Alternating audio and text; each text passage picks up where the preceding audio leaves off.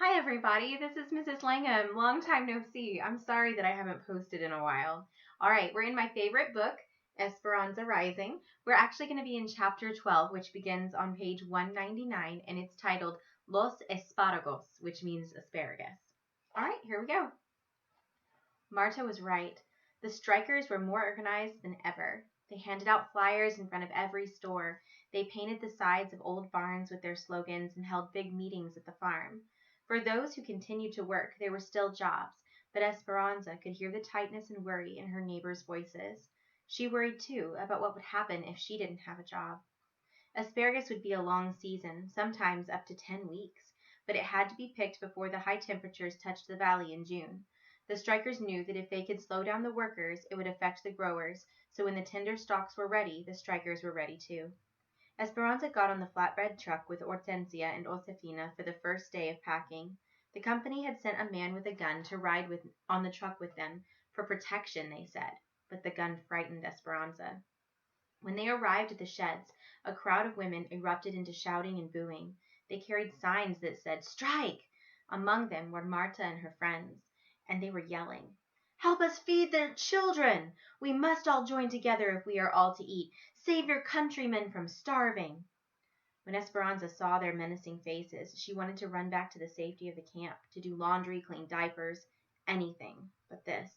She wanted to tell them that her mother was sick. She had bills to pay. She wanted to explain about Abuelita and how she had to find a way to get some money to her so that she could travel. Then maybe they'd understand why she needed her job. She wanted to tell them that she didn't want anyone's children to starve, but she knew it would not matter. The strikers only listened if you agreed with them. She reached for Hortensia's hand and pulled her close. Josefina marched towards the shed, looking straight ahead. Hortensia and Esperanza stayed close behind, never letting go of each other. One of the women from their camp called out, "We make less money packing asparagus than you do when you pick cotton. Leave us alone. Our children are hungry too." When the guard wasn't looking, one of the strikers picked up a rock and threw it at the woman, barely missing her head, and the workers all hurried towards the shed. The strikers stayed near the road, but Esperanza's heart was still beating wildly as she and the women took their places to pack the asparagus. All day she sorted and bundled the delicate spears. Let me start over, sorry. All day she sorted and bundled the delicate spears. She heard their chanting and their threats. That night at dinner, Alfonso and Juan told how they'd had the same problems in the fields. Strikers waited for them, and they had to cross picket lines to get to work. Once in the fields, they were safe, protected by guards the company had sent. But the lugs of asparagus that were sent back to the sheds had been taken across the picket lines, and the strikers often slipped surprises beneath the harvest. The strike continued for days. One afternoon, as Josefina took a handful of asparagus from a crate, a large rat jumped out at her. A few days later, Esperanza heard a terrible scream from one of the women, and several withering grass. A few days later, Esperanza heard a terrible scream from one of the women, and several writhing gopher snakes slithered out of a crate. They found razor blades and shards of glass in the field bins, and the women, usually efficient and quick to unpack the asparagus, slowed down and were hesitant to grab the vegetables from their boxes. When several of them heard the rattling from beneath a pile of stalks, the supervisors took the entire crate out to the yard, dumped it, and found an angry rattlesnake inside. "It was a miracle that no one was bitten by that snake," said Hortensia that night at dinner. They were all gathered in one cabin eating caldo de albondigas, I think, meatball soup. "Did you see it?" asked Isabel. "Yes," said Esperanza. "We all saw it. It was frightening, but the supervisor cut its head off with a hoe." Isabel cringed. "Can't they do anything to the strikers?" asked Hortensia. "It's a free country," said Miguel. "Besides, the strikers are careful. As long as they stay near the road and the guards don't usually see them do anything aggressive, then no, there's not much anyone can do. It's the same at the railroad. I pass the picket lines every day and listen to the yelling and the insults." "It's the yelling all day that bothers me," said Hortensia. "Remember, do not respond to them," said Alfonso. "Things will get better." "Papa," said Miguel, "things will get worse. Have you seen the cars and the trucks coming through the pass in the mountains? Every day, more and more people.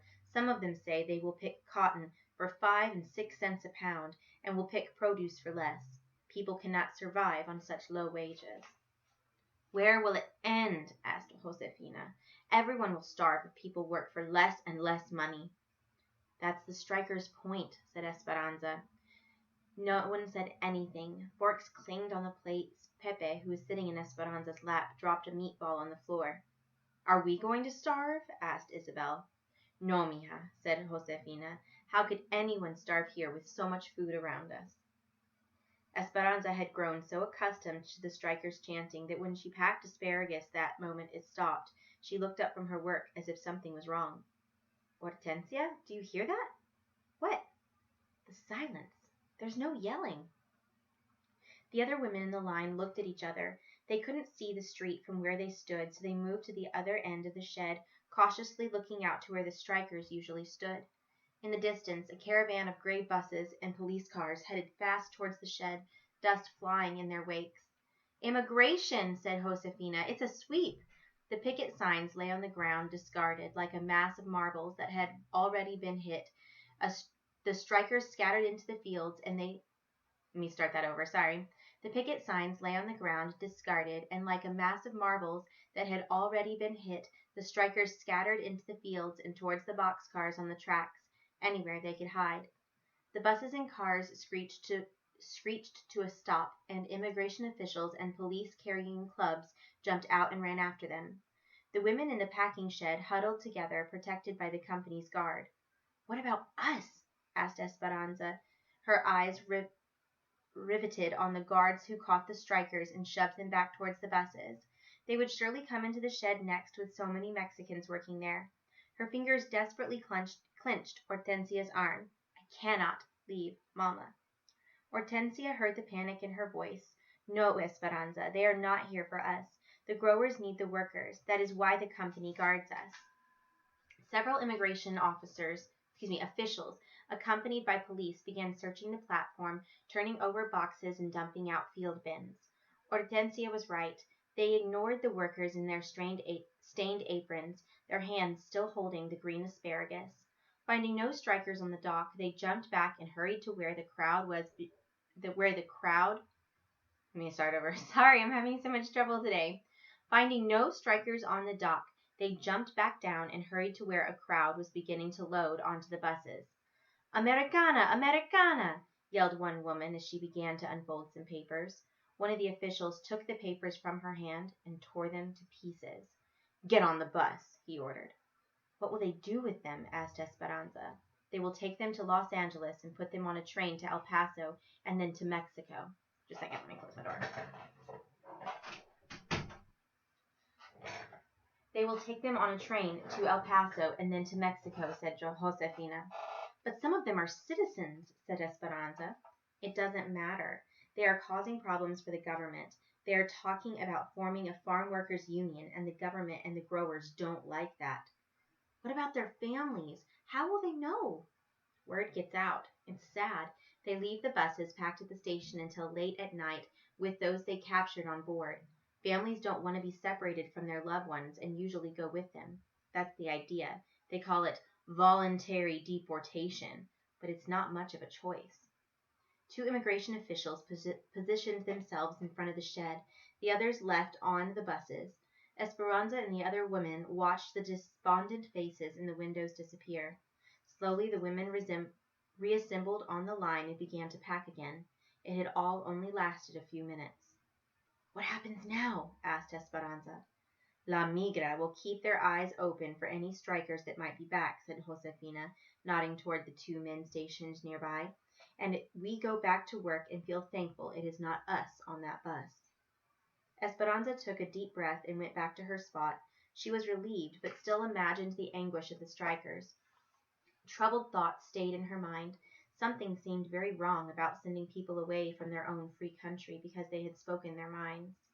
She noticed she needed more bands to wrap around the asparagus bundles and walked to the back of the dock to get them. Within a maze of tall crates, she searched for the thick rubber bands. Some of the boxes had been tossed over by the immigration officials, and as she bent down to set one straight, she sucked in her breath, startled by what was in front of her. Marta was huddled in a corner, holding her finger to her lips, her eyes begging for help. She whispered, "Please, Esperanza, don't tell. I can't get caught. I must take care of my mother." Esperanza stood frozen for a moment, remembering Marta's meanness on that first day in the truck. If she helped her and someone found her out, Esperanza would be on the bus next herself. She couldn't risk it and started to say no. But then she thought about Marta and her mother holding hands and couldn't imagine them being separated from each other. And besides, they were both citizens. They had every right to be here. She turned around and headed back to where the others were working. No one paid any attention to her. They were all busy talking about the sweep. She picked up a bundle of asparagus, several burlap sacks from a stack, and a dirty apron that someone had left on a hook. She quietly wandered back to Marta's hiding place.